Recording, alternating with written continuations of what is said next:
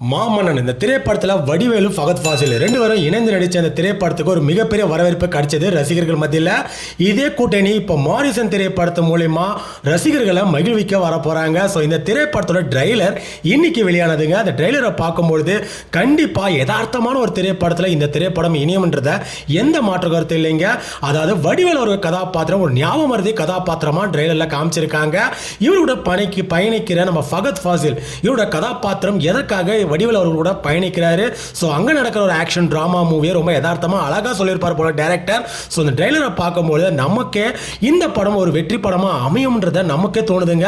So இந்த படத்தோட எதிர்பார்ப்பு ரசிகர்களுக்கு அதிகமாக இருக்கு. யுவன் சங்கர் ராஜா அவர்கள் இந்த ஏற்கனவே இதமான பாடல்களை கொடுத்து ரசிகர்களை மகிழ வச்சிருக்காரு. ஸோ இந்த திரைப்படம் ஜூலை 25 வரப்போகுதுங்க. ஒருவேளை இந்த ட்ரெய்லர் நீங்கள் பார்த்துருந்தீங்கன்னா எப்படி இருக்குன்னு கமெண்ட் செக்ஷனில் கமெண்ட் பண்ணுங்க. நேத்து நைட்டு கூட கரெக்டா என்டர் பண்ணீங்களே.